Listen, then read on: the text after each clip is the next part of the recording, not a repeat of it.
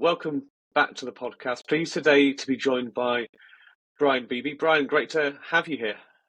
Yeah, nice to be here. Thanks. Yeah, really looking forward to the conversation today. And I know on your website you describe yourself as a mindfulness coach and mentor. I think there's so much more to what you do, and we'll unpack a lot of that shortly. But for people listening today, how would you give us the 1 minute intro, if you like? Describe yourself to our audience and what it is that you do. Yeah, thanks. Thanks for the intro. So I've been meditating for about 20 years, right? With lots of success. And in today's world of distraction, I'm seeing that the power to focus and point that attention is so incredibly important these days. So I'm really focused on building that up for clients. Yeah. And also getting rid of those limiting beliefs that can hold you back from experiencing your full potential. Yeah. So really leading clients from that state of anxiety, stress, more into states of joy. And what kind of clients do you work with? What kind of people come to you looking to resolve that anxiety or find focus or growth or whatever it may be that leads them to you? Well, the funny part is I have been, over the past 12 years, mainly working with female entrepreneurs. And that was more in a dual function. So both branding and design and mentoring as well. Okay. Yet since formally going after my certifications, and this has really widened the scope. So people that are looking for peak performance, looking for that edge. It could even be moms that are facing, overwhelm. Yeah. And or dads even, or anyone that's not performing at their best, and they're looking for a way to figure it out. Yeah, right? yeah. Since they have the stress, the anxiety, and modern medicine isn't really giving them the cures to things. They're just working with the symptoms. So yeah, a little bit of everybody. Yeah. No, and I think, so much of the modern environment and, social media, phones, apps, they are deliberately engineered in a way that keeps you on but does not keep you focused, right? The TikTok video, a few seconds here, a few seconds there, next one, right? It's all very distracting and kind of anxiety producing almost, isn't it? You bet. Yeah, and how I see it is that there's really a war on mastery going on, and it's being fought with distraction. And in this new information age where we have access to almost anything under the sun, it's really important how we spend our new currency, which is attention. Yeah. Right? That's our real fortune in this life. And everybody has a whole ton of it every day. So there are different tools and practices and methodologies and strategies that can really help you strengthen that muscle. So yeah. Yeah, no, interesting. And I think if you look at online media companies of all types, they talk about the attention economy, right? As in your attention is their product that they are selling to advertisers. And I think a lot of people don't fully get that and what the implications of that are. Right. It's funny because when you look at your phone and you open an app, there's actually like a few hundred people behind there that have engineered it in such a way so that it is quite addictive, Yeah. and you come back, right? So that's the real struggle, the real conflict, balancing that attention with the needs that you want from that application. So yeah. Um, Also, today's culture is really gearing towards that we stay on top of everything, right? Yeah. We have to have the latest news from China or Malaysia or right, around the States. I need to know what everybody's doing and, Yeah. what's the latest thing. And that is one of those distraction tactics. Because from my perspective, we're not really meant to stay on top of everything. We're meant to get to the bottom of things, right? That's the real deep work. That's where the mastery is. Mm. And it can only be done through deep work and concentrated focus, like that laser focus. So yeah, it's Yeah, that's important. interesting. I think that depth is interesting, right? I think you're right. I think that there is so much kind of shallow breadth to the information that a lot of people consume. I think there's two elements to focus, aren't there? There's the focus in terms of lack of distraction by that breadth of information, but there's also then the picking one thing to go deep on, isn't there? Right, right. There's the two fundamentals that are needed for that focus, and that's willpower and discipline. And it's funny, there are no classes for that in elementary school, in primary school, in high school. They Yeah. don't teach it. Yet those are some of the main factors that it's really important to have a hold on, right? Mm. And build up strength, because it's that the willpower that can stop you from doing the thing that, well, let's say, is your kryptonite. Yeah. Right. And actually having awareness around what that thing is that you give into, right? So having the discipline to say no, having that willpower and awareness around it, and then spending time, like you said, doing the deep work, right? Being distraction free. That's really what I'm mainly focused on these days.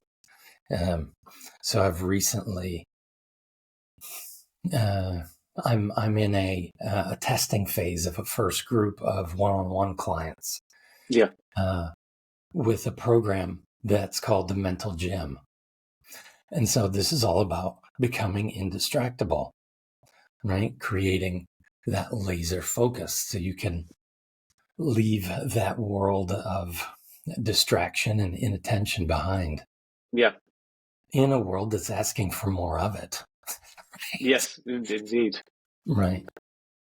Yeah, there's Yeah, a but I think reason. you're, There's a reason why it's called paying attention, because that's the new currency. yeah, no, I love that absolutely. And I think you're right that no one is taught this, right?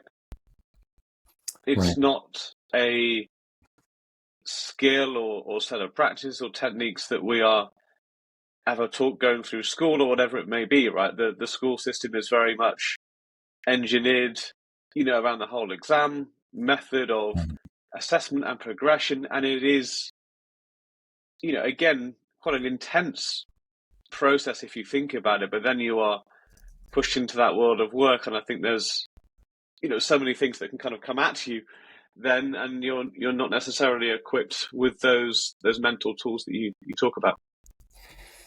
Yeah, it looks like to me that formal education is based on memorization, Yeah. and that there's not much growth there, right? Because it's just learning what is, and it's someone else's story, and it's Yeah. not how I fit into it. How can I Mm. integrate this? So, yeah, and it's funny because when I was younger, my father is a what third degree black belt in type. Okay, wow. And so when I was young, my older brother and I, and we're real close, only like 16 months apart. And we had martial arts when I was real young. So discipline was always there because you Yeah, had to stand in a certain way and you had to understand the movements and not move and squirm and yeah, yeah, talk out of turn and that kind of thing, and be really there and have that attention. So that's one way that discipline can be learned when you're younger, right? 'Cause yeah, they don't um, take a lot of crap either. You yeah, know what I mean? Uh, yeah, so that's one thing that can really work on building that fundamental when you're young, right? Exercise and martial arts, discipline, that type of thing. yeah, Yeah, and also there's a lot of fundamentals that aren't taught in school either that are key to peak performance and igniting that infinite potential. And I work with 7 of them, okay, these core fundamentals. And they're eat, move, sleep, breathe, focus, celebrate, and prosper. okay, Right? So all of those really affect how we perform and how we live. Right? So if you're not sleeping well, then of course your day's not going to go well. And if you're putting in lots of incredibly processed foods, well, that's not going to give you the energy that you're looking for, right? And yeah, yeah, energy right in the beginning. And mm, yeah, the exercise as well, right? With moving, but then also breathing. That is so incredibly important and one of the most overlooked practices there is.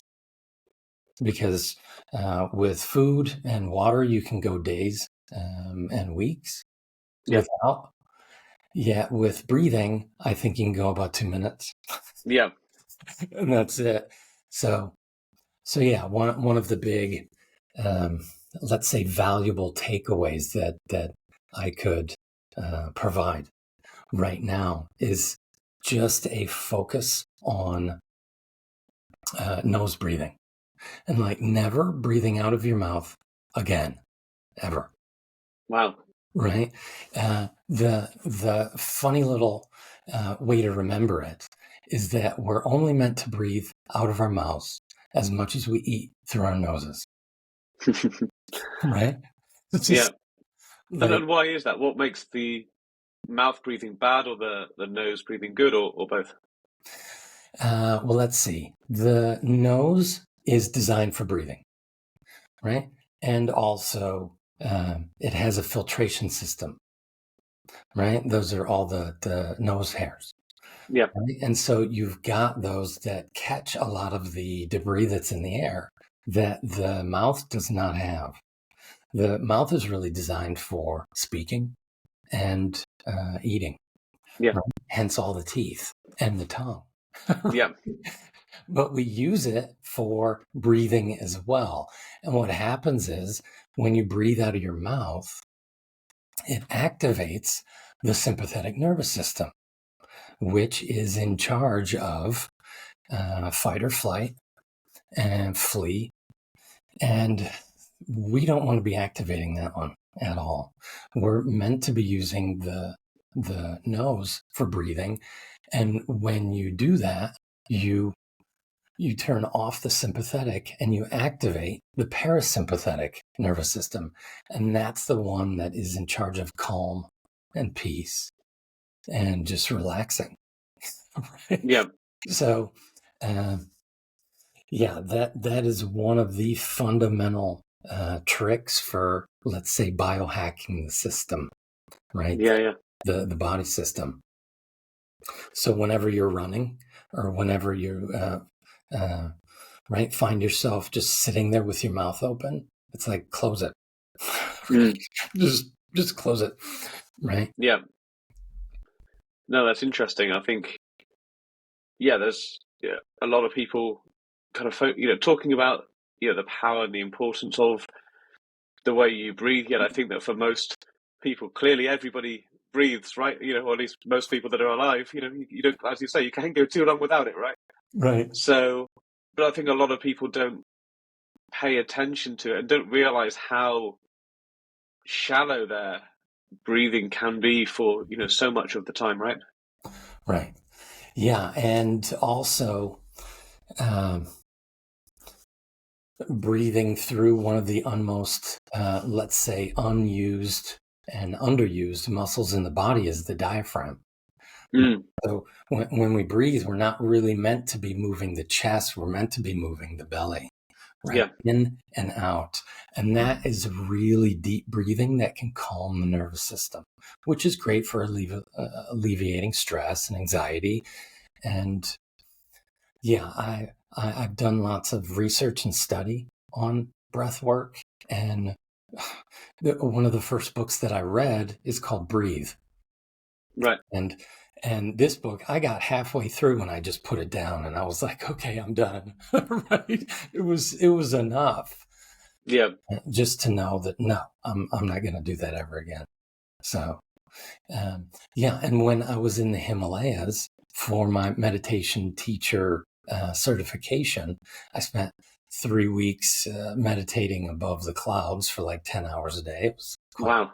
quite wild, right? Right after the 20 years of meditation, I go, okay, well, let's just get certification. Mm, They were talking about the breath, right?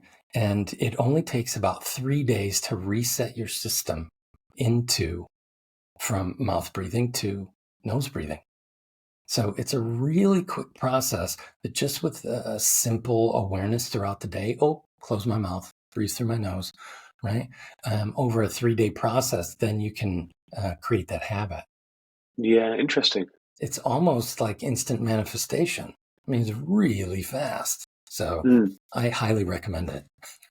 Yeah. I'm now feeling very self-conscious in the way that I'm breathing, and I'm sure everyone listening or watching this will be as well. But no, it's super, super interesting. And Mm. yeah, also that kind of meditation certification, as you describe it, after 20 years of meditating, that sounds pretty full on. Like, tell me about that experience. What was that? What was that like? Well, let's see. So I had about 6, 7 months in Southeast Asia in my 20s. I think it was 26. Yeah, and I was working on a kid's book, my second kid's book. And it was all about travel, right? So the funny part is that I would research an area and figure out the best UNESCO places that kids would be really interested in, and then create Yeah. travel activities around it. So I was traveling around the 9 different countries of Southeast Asia for about 7 months, and right when I dropped into Bangkok, I was, um, how do you say, I encountered all the pagodas and the monks, and it's like, this is just real life over here. It was a totally different world. Mm. So I wanted to know more, right? Because I'm walking around the big pagodas and the temples, and man, it's Buddha everywhere. This is fantastic. And so I sat down with some monks over that 9-month period and really just started a meditation practice. So from there, like a daily practice. And so let's say the big take from it was to develop a place inside yourself that is free of all the different limiting beliefs, all the different identities, that has no thought, and where you can connect with something bigger than yourself, right? Mm. So it's like this universal consciousness space. And how I like to describe it is Well, there is a stream of consciousness, and it looks like a stream, and there's lots of different waves, and each thought is a part of those waves. Well, I just do my best to get in between the thoughts, right, into the Yeah, stillness that's between those thoughts. So yeah, over the course of 20 years, I've had quite some wild experiences with expansion, and even was able to reach the state of Ananda, which is the state of absolute bliss. It's like on the way to full enlightenment, right? It's when I was in the Himalayas, it really I really understood what that experience was, because it was absolutely wild. There was like a sun in my belly, and the whole, like, my energy was way out here, and I was just laughing and crying for about an hour and a half. wow. It was absolutely wild, Yeah, right? And so I did some Googling in the moment, and I found out, oh, okay, this is what's called a spontaneous Kundalini awakening. So uh, in layman's terms, let's say in normal words, I awakened the soul. And so I was like, okay, right? It's those two snakes that are at the bottom of the spine that go like this, and you go from alpha to omega, and oh boy, watch out. So yeah, that was some pretty uh, wild experiences along the way. Yet once I went back home to Michigan, was it a couple years ago? Yeah. I had met up with about 30, 40 of my elementary, junior high, high school, university friends, and they were all telling me the same story, right? They've got issues with stress, anxiety, and we can't sleep. yeah. And that was the running theme, which was so odd for me, because I've known for 20 years, well, meditation's the answer for that, right? Yep. It's just deep breathing through the belly and relaxing the body, no thoughts, right? Mm. And so that was a major disconnect, that they were all telling me about the same story. We're good with the money, we're good with the family, but we all have this major issue. So I go, okay, well, I'm going to do some master classes around those three topics. And so Yeah. here are the solutions for, and then also going for my meditation teacher certification, right? And then I got the opportunity of those 3 weeks in Dharamshala, right, above it. And Yep. it was in monsoon season, which was wild, because Wow. when you walk out on the balcony, all you see is white everywhere. So it's like the entire visual was gone, right? You're just like, there's my hotel room or my guest house Yep. room, and then there's just white. So yeah, and then the rains were pretty wild too. So you're sitting there trying to meditate, and then this like just storm Wow. just hits the metal roofs, and yeah, it's like deafening sound. But Yeah, I yeah, bet that must make it pretty intense. yeah, and also how high you are in the mountains as well. You have to acclimate, and so some pretty wild stuff were going on with the group. You Yeah, know, yeah. body stuff. Mm. And for anyone listening to this that is experiencing those things that you kind of found when you went back, with those other people with stress, anxiety, kind of switching off, that ability to switch off. You've been practicing meditation for, as you say, kind of 20-year journey, and got to some pretty deep levels there as well, as you described. But for anyone listening, kind of thinking about getting into it, or maybe starting to get into it, like, how far do you need to go to get, some kind of benefit and more control over your thoughts and a bit more calmness to your thoughts? Right. Yeah. The benefits of meditation. So let's see. Doing meditation for 15 minutes will give you instant results that night, because you'll be able to fall asleep 15 minutes earlier, right? It's like an instant reward. Yeah. So that, along with the increased focus and concentration that can come along with it. There are many studies now that are really matching, or let's say confirming, all of the ancient wisdom around meditation. So there are studies around the emotional, being able to regulate your emotions better, right? More resilience. And of course, that sleep quality goes up. Your immune system is also strengthened as well. And so you get overall better health and well-being and life satisfaction as well. So it doesn't have to be some big exercise for enlightenment, right?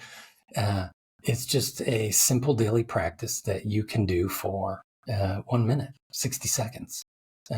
The simplest form is simply doing one breath. And we can do one breath meditation right now. It's really simple. Just plant your feet on the ground, right? Get really still, close your eyes, and breathe through your nose for 4 seconds into that diaphragm, right? Extending the belly out. And then breathe out through the nose for 4 seconds.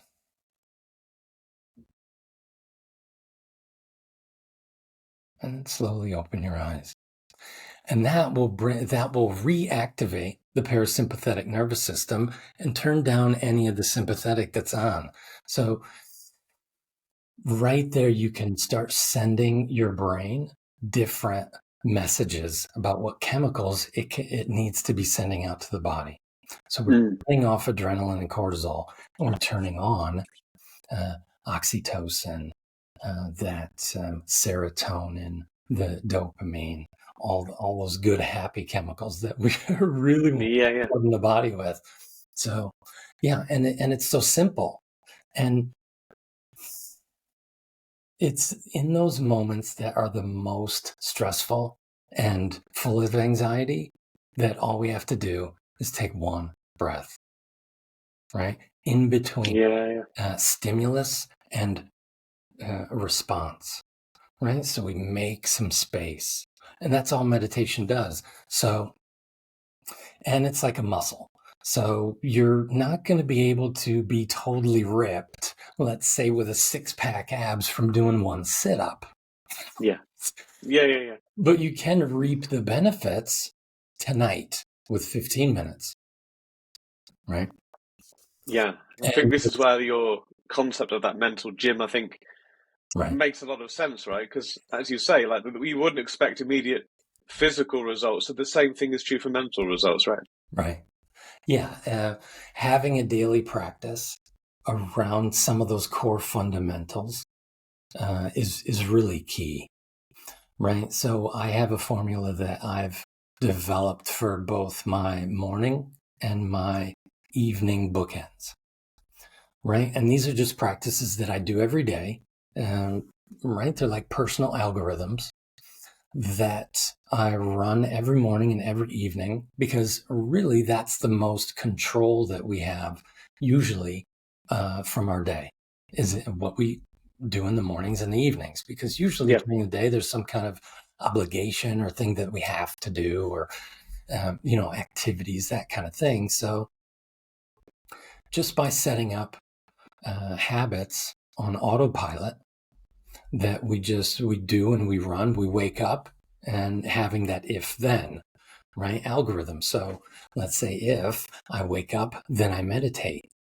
and then I'll do yoga, and then I'll go out for a walk, right? And then I'll work out, and then I'll have some water, and then I can get to work. So Yeah, yeah, really, it's like a practice that it's not something that, let's say, I always want to do, yet it's something that I've committed 100% to. So I don't need to think about, oh, am I going to do this morning? No, it's just something that I yes, do, right? It's like Einstein. He thought it was um, energy best spent on other things than to think about what he wore. So yep, he had 10 or 15 of the same outfit in his closet, and when he woke up, he didn't spend any energy on it, any mental, what am I going to wear today? Right? It's yep, just, those are my clothes, and I have more important things to think about. So let's, right, spend our energy wisely and that attention, right? yeah, yeah, So so yeah, in the morning, I do my best for about an hour and a half to really build up my energy so that I can perform well throughout the day for everyone else. And then at yep, the end of the day, once things are done, then it's time to really start unplugging and getting less inputs, mm, right? Because um, usually it's time for entertainment, right? I've done really well at work, and I felt really productive today, and so now it's time for entertainment, right? Ooh, yep, what do I get from, what's my treat? You know. yeah, yeah, yeah, So yeah, that can keep us plugged in, and then lots of blue light with all these devices glaring at us, and then we're not um, producing that melatonin that's needed for sleep naturally. And yep, so, yeah, the funny thing was is that when I went back and talked to a lot of my friends, they were all telling me, okay, well, um, I can't sleep, so I'm either drugging myself to sleep or, yeah, taking medicine for the anxiety as well. And so, yep, like, if we're always on and we haven't gotten strong with being off, right, unplugged, yeah, yeah, then when you go to bed, your mind is trained to be on, so it wants to keep working. We've got to, yeah, absolutely. right, have that balance. So, so yeah, Yeah, I think there's a tendency to want to be like always on 100% for as long as possible, and then like flip a switch and be completely off. Right, it's either 0% or 100%, and almost nothing in between, and no transition from one to the other as well. I think. right. Yeah, and if there are issues with sleeping, it could be because we've only trained up that on the go mind and Yeah, not trained the relaxing part of the mind, right? So going outside, getting that sunlight, getting on the your circadian rhythm, really tuned in with when it's dark, it's time to go to bed. yeah, When it's light, it's time to get up, start moving, and having the really good physical activities to really burn through a lot of that energy to really use it, right? Having the exercise. yeah, It's absolutely. it's said that exercise is best in the morning. It can really work well for you in the morning because you can get up to a 12-hour mood boost. And so we want to be using that throughout the day, that normal um, boost of energy. Because when we exercise, let's say later in the day, um, we're not going to be able to utilize that energy. We're just going to go to sleep with it. And then Yeah, also, it can be harder to sleep because your body's really ramped up from working out, yeah, yeah, right? Your heartbeat is elevated and that type of thing. So yeah, um, having daily practices that we just run, even if we don't want to, is important, right? yeah, absolutely. And I know I've had a lot of people talk about the thing you've described of when I do this, then I do that. That habit stacking, as some people call it, Right. combining of habits makes it a lot easier for people to adhere to those practices, and it becomes automatic. It's like, oh, when I make my morning coffee, then I do this, or when I do that, then Right. I do that after. You can make it so much easier to build that in. And as you say, there's no mental effort to, oh, when am I going to try and fit that in? Can I fit it in here? And then that's kind of Right. a high stress thing, isn't it? Fitting it in and then feeling guilty if you don't. But if you combine it, then that can just be, yeah, that's what I do at that time of day, or when I do that. Right. Yeah, it makes it easier to integrate and start new habits when you combine them with already Yeah. set in, like an ingrained habits already. So when I brush my teeth, I do a mantra, right? I say my mantra, right? Right. Yep. Right. So combining things. And when you're starting those new habits, it's really important to make them as easy and as simple as possible, right? Because then it's, and then celebrating those tiny little wins, right? So from the books that I've read, what was it, like Tiny Habits and Mini Habits, Atomic Habits, right? Yep. They're all talking about really tiny acts that will start the habit in motion so that you develop momentum and you compound over time. So if I want to run every day, the first thing to start that habit is just to put on my shoes and walk out the door. And that's enough. Done. Yep. Celebrate. Yes. Right. And really get those good, happy chemicals coming out of the brain, right? From celebration. I'm a runner. And then you can just walk inside and you're done. And the next day you can walk, let's say 20 paces. Right. And then, right. Yeah. Right. Yeah. Over time, let's say, after a week of actually, making space, putting on my shoes, getting my gear on, walking outside, now I'm going around the block, right? And the thing is, when you start something, right, in motion, it tends to stay in motion. That's the physics of it all, right? Yeah. And so it's that starting motion that's most important. So we want to make that easy and tiny. Let's say, if you want to do 100 push-ups, which is I do 100 push-ups a day, and it's before 10:30 in the morning, and all you have to do is do one, and that's Yep. and then tomorrow do two. Right? Yeah. The act of actually getting up out of your seat and, moving and then doing the one push-up. When you're in motion, you tend to stay in motion. So before you know it, it's like, well, I did one, let me do three, right? How many can I do now? And then, oops, I did 20. My bad, right? Yeah. Right? Celebrate it, right? So yeah, habits are really incredibly important to have the right ones running, and then to know which ones are, like I said before, our kryptonite, right? The ones that get us off track.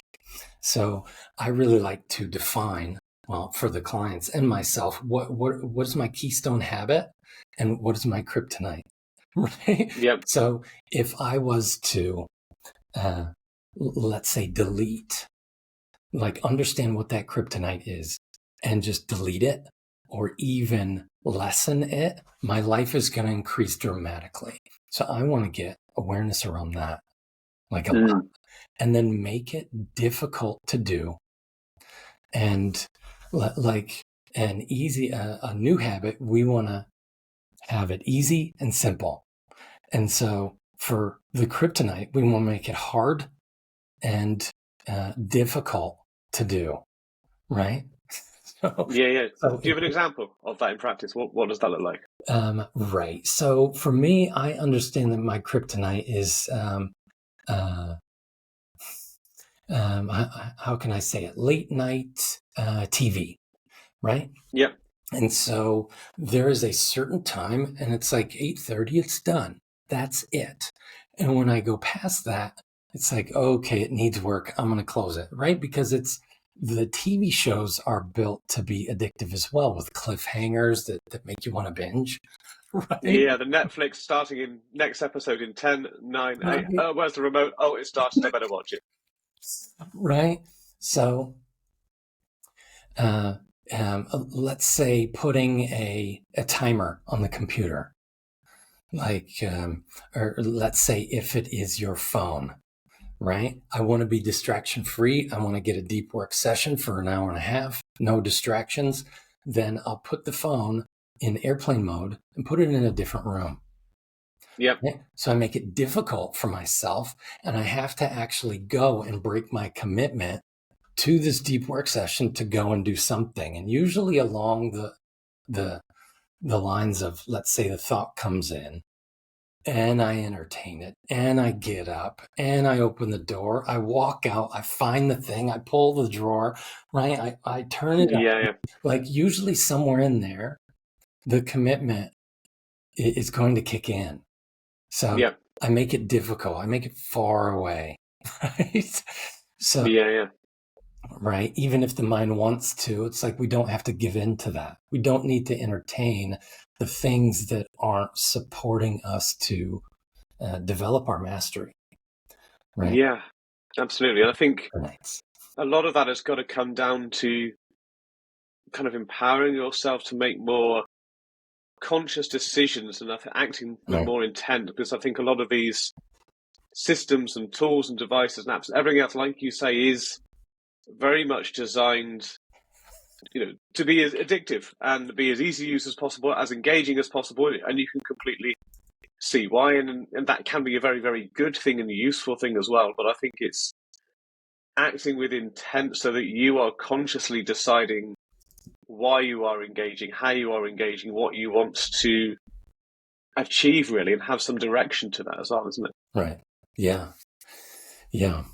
Um, Having the intention and the awareness as well around what am I getting from this? Like, how Mm. is this supporting me? Like, if I do need to relax, and let's say 6, 7 o'clock, done working. Like, I'm gonna unplug, and then I'm spending like an hour and a half to chill out, and then after that, it's like, let's go outside or something, right? In that hour and a half, what am I actually plugging into? Like, Yeah, how is that supporting me to chill out? Right? yeah, I yeah, want to put something that is entertaining that I can relax with into that space. So now I'm choosing consciously instead of just opening the Netflix and, oh, this is the new thing. Oh man, I've got to watch it. And then, oh, there's the next one too. And then I watch 3 movies in a row. And it's like, oops. Right. yeah, yeah, So yeah, there is this concept called digital minimalism.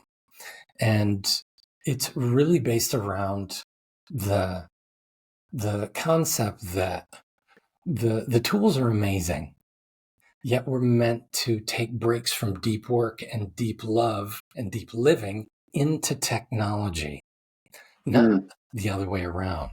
So taking breaks from Yeah, technology into deep work, right? Because they're tools.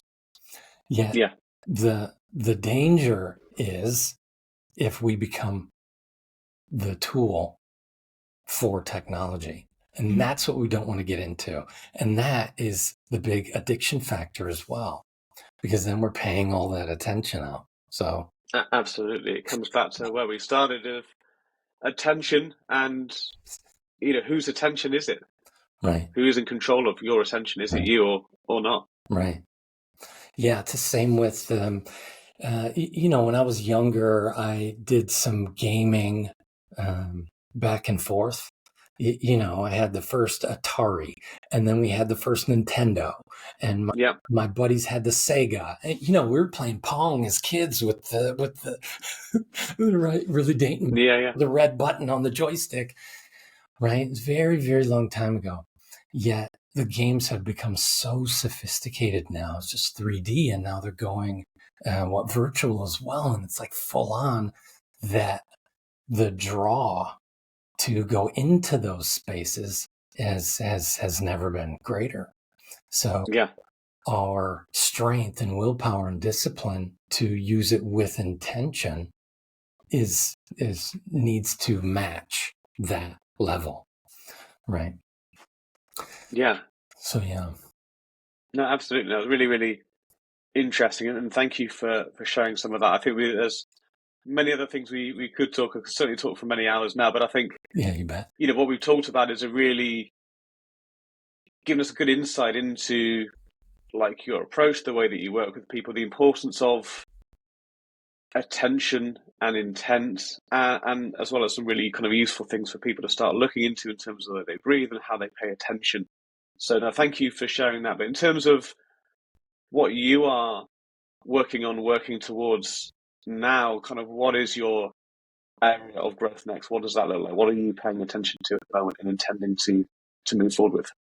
Well, let's see. I have a really solid system that's running. And so at the moment, let's say just for about a week or a couple weeks, I have been opening that up to clients, right? Starting this new mental gym program. Yeah. And so it's going to take a look at all those different 7 fundamentals and be giving those practices to clients for, let's say, a 2-month period. Okay. And so we get one-on-one calls and every week. And then in those calls, we're figuring out where they are in these certain areas and then giving them practices that are customized towards their situation. And then over time, we're building them up and up and up. Yeah. So that is in its first test round.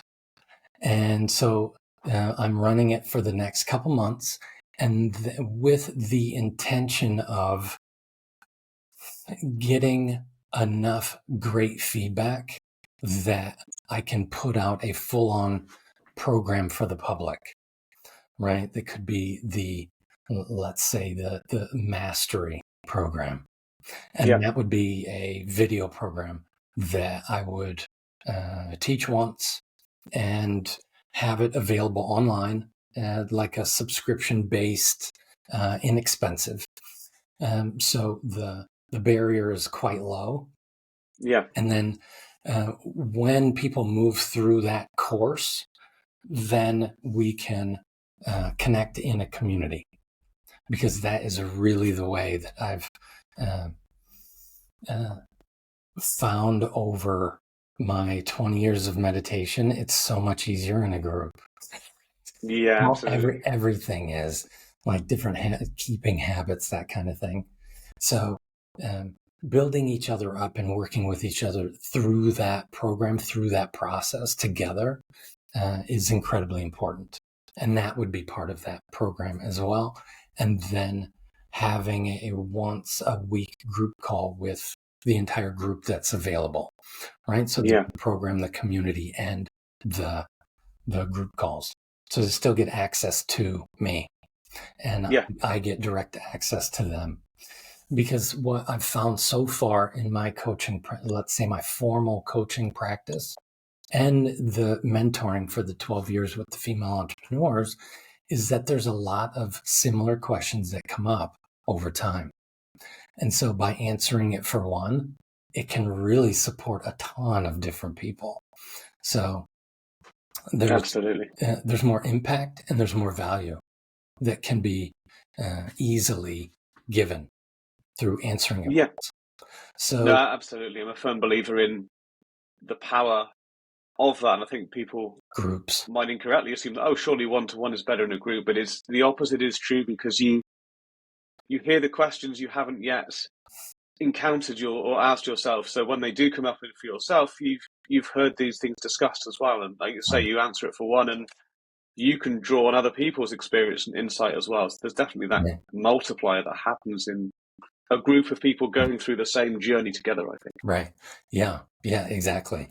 So that is the roadmap, right? From the 1.0, the mental gym, into the mastery program that I'm working on at the moment. And yeah, it feels like it can have a real big impact on how we live our lives and to better our lives, and for the next generations as well.